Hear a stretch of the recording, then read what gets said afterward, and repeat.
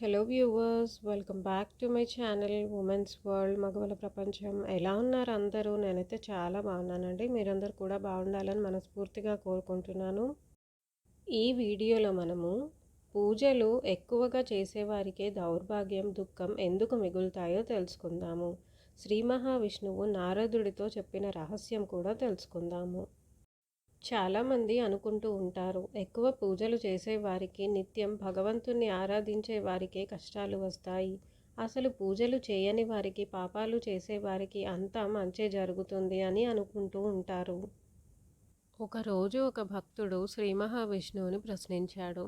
స్వామి, ఎందుకు మీరు ఎక్కువ పూజలు, నిత్యం మీ నామస్మరణలో ఉన్నవారికే దుఃఖాన్ని ఇస్తున్నారు? కనీసం మీకు దీపం పెట్టని, ఒక అగరబత్తి కూడా వెలిగించని వారు, ఎవరికి ఏ దానం చెయ్యని వారికే సుఖాలను ఇస్తున్నారు అని అంటాడు. శ్రీ మహావిష్ణువు నీలాగే నారదుడు కూడా నన్ను ఒకసారి ఇలానే ప్రశ్న వేశాడు.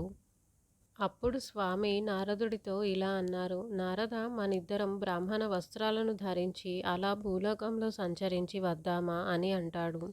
అప్పుడు శ్రీ మహావిష్ణువు నారద మహర్షుల వారు బ్రాహ్మణ వస్త్రాలు ధరించి భూలోకంలో సంచరిస్తూ ఉంటారు. అలా వెళ్తూ ఉండగా వారికి ఒక పెద్ద భవంతి కనిపిస్తుంది.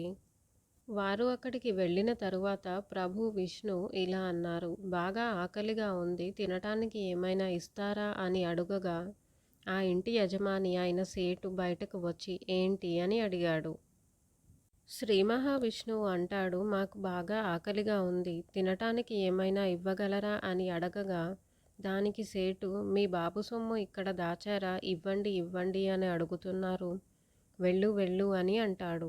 మేము యాచకులము, భిక్షం అడుగుతున్నాము, వెళ్ళు వెళ్ళు వెళ్ళండి అని బయటికి తోసేస్తాడు ఆ సేటు. నారదుడు శ్రీ మహావిష్ణువు చేతులను పట్టుకొని బయటకు తీసుకువచ్చి, సేటు అంత అవమానం చేశాడు, అతన్ని మీరు ఏమీ అనలేదు, మీరు అతన్ని శపించండి అని కోరాడు. శ్రీ మహావిష్ణువు తన రెండు చేతులను పైకి ఎత్తి, నీకు నాలుగు వైపుల నుంచి ధనం రావాలి, నీ వ్యాపారం ఇంకా ఇంకా వృద్ధి చెందాలి, మీ ఇంట్లో సంపద పెరగాలి అని వరాన్ని ఇచ్చారు. అప్పుడు నారద మహర్షి శ్రీ మహావిష్ణువు చేతులను పట్టుకొని ఇలా అన్నారు.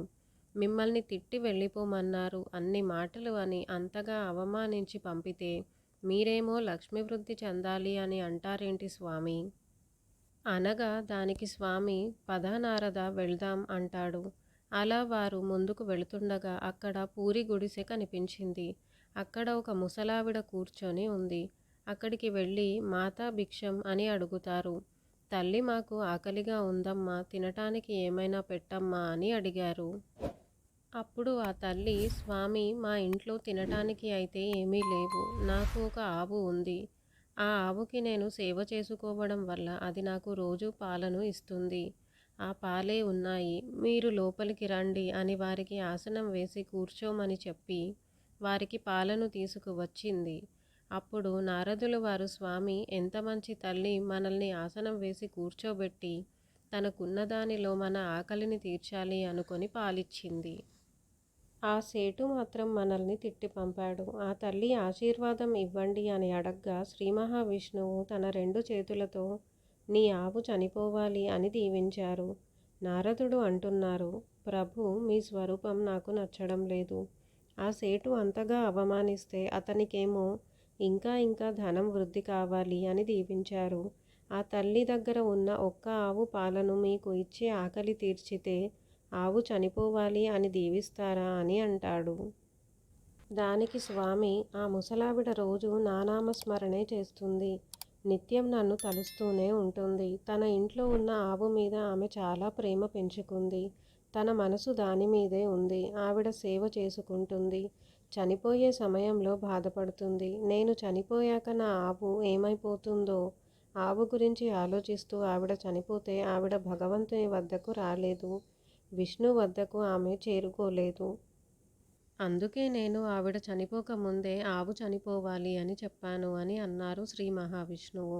దానికి నారదుడు, సరే స్వామి, ఇది అయితే అర్థమైంది, మరి ఆ సేటుకి ఎందుకంత ధనం రావాలి అని వరం ఇచ్చారు అని అడగగా దానికి శ్రీ మహావిష్ణువు, అతనికి ధనం పైన చాలా వ్యామోహం ఉంది, అందుకే అతనికి లక్ష్మీ వృద్ధి చెందాలి అని ఆశీర్వాదం ఇచ్చాను. ఆ ధనాన్ని మూటలు మూటలు కట్టి అతను మరణిస్తాడు. ఆ డబ్బు యొక్క ధ్యాసలోనే, ఆ డబ్బు మీద ప్రేమతోనే, ఆ డబ్బు మీద ప్రీతితోనే, డబ్బు యొక్క ఆలోచనలతోనే అతను మరణిస్తాడు. అతడు చనిపోయాక ఒక పాములాగా జన్మించి అతని సంపద దగ్గరే ఉంటాడు. ఎప్పటికీ భగవంతుని సుఖలోకాలు అతనికి ప్రాప్తించవు అని చెప్పారు శ్రీ మహావిష్ణువు. అందుకే భగవంతునికి ఏది ఎవరికి ఎప్పుడు ఎలా ఇవ్వాలో తెలుసు. మనం ఇప్పుడు ఉన్న జీవితాన్ని గురించి ఆలోచిస్తాము. కానీ మన భవిష్యత్తు అనేది భగవంతునికే తెలుసు. అది భగవంతుని నిర్ణయం. కాబట్టి ఎన్ని కష్టాలు వచ్చినా భగవంతుణ్ణి నిందించకుండా, భగవంతుణ్ణి విడవకుండా సదా దైవ నామస్మరణతో మంచి పనులు చేస్తూ ముందుకు సాగండి. ఎప్పటికీ మీ వెంట దైవం ఉంటాడు. Thanks for watching my video. నా ఈ వీడియో కనుక మీకు నచ్చినట్టయితే తప్పకుండా లైక్ చేయండి, షేర్ చేయండి, కమెంట్ చేయండి. అలాగే మరిన్ని మంచి వీడియోస్ కోసం నా ఛానల్ను తప్పక సబ్స్క్రైబ్ చేయండి.